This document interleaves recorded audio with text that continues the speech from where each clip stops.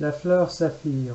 La lumière du jour s'est affaissée le long de ce couloir qui fait une boucle. Le couloir est une tige frisée qui est munie de passages internes comme des tiges sur le long d'un tronc qui pousse en spirale.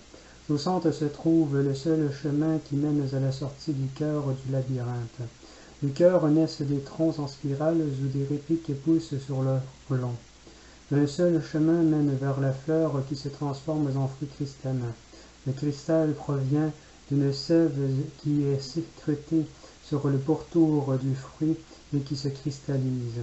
Le fruit bleuté est ainsi en un cristal plus foncé et forme le fruit de la saphir, car c'est ainsi qu'on nomme cette fleur aux tiges spiralées.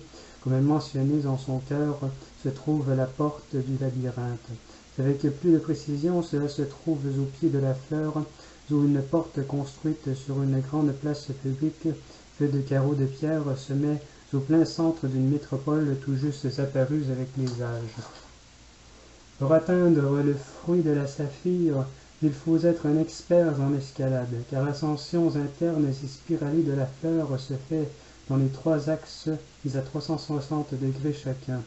Pour aide, un homme expert dans la culture de ce fruit propose dans sa boutique qui, avec les autres boutiques de cette grande place publique, forme ensemble un cercle autour de la déesse fondatrice de cette métropole. La très chère Saphir propose des crampons de pieds et de mains pour faire l'ascension dans le corps interne de la fleur. L'intérieur étant immense, des milliers de civils viennent chaque jour étant employés par cette richesse naturelle à faire l'ascension, et ceux avec l'équipement hautement spécialisé de notre expert en la matière.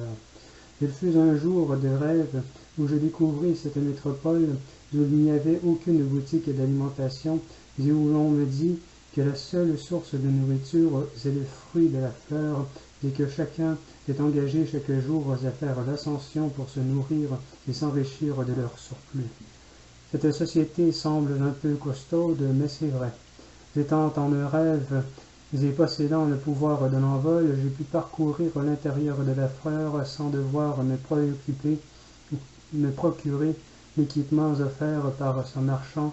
Une fois à l'intérieur où il me prise une phase de rêve à structurer l'ensemble du labyrinthe, j'ai vu tous ces gens qui grimpaient, où les jeunes sortis de pioches se perdaient dans les plus lointaines spirales, et où des vieux, ayant des repères, montaient à une vitesse fulgurante tel un monde sans gravité et sans le besoin de force.